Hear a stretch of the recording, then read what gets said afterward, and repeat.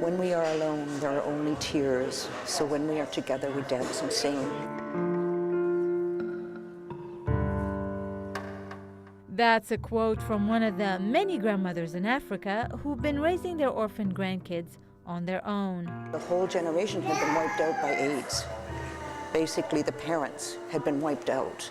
So these grandmothers who had lost their own children were now in a position of having to raise the grandchildren. Nanaimo's Donna Anthony can relate to these women because she is a grandmother herself.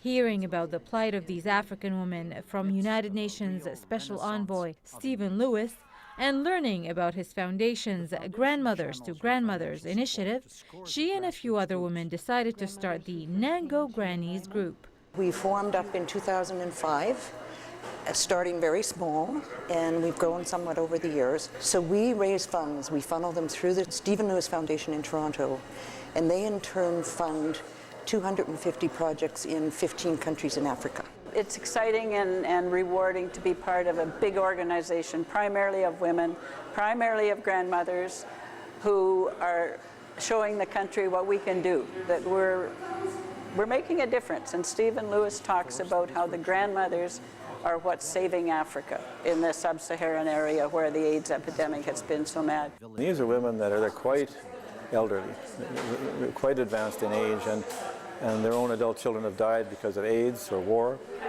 And so these old women are faced with the challenge of raising their own grandchildren with next to no resources. This was one of the first 4 Grandmothers to Grandmothers groups formed in Canada, and they've received the Rosemary Brown Award in 2009 for the work they do.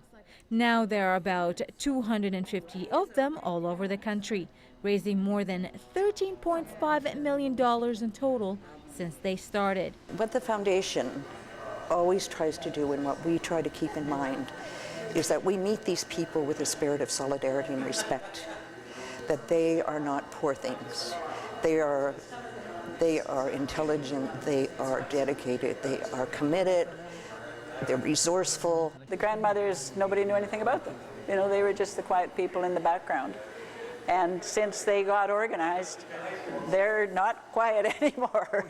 And they have protest marches and they do various things over there. To see these the local grandmothers reaching out across the oceans, is hugely inspiring. You see, and this is to me, this is part of the solution. To help, that's part of the big picture, the world coming together, to create a sense of global citizenship. The group is very active throughout the year, organizing various fundraisers for the cause, and they welcome people of all ages. For more info, visit www.nangogrannies.org. In Nanaimo, for Shaw TV, I'm Dina Tosi.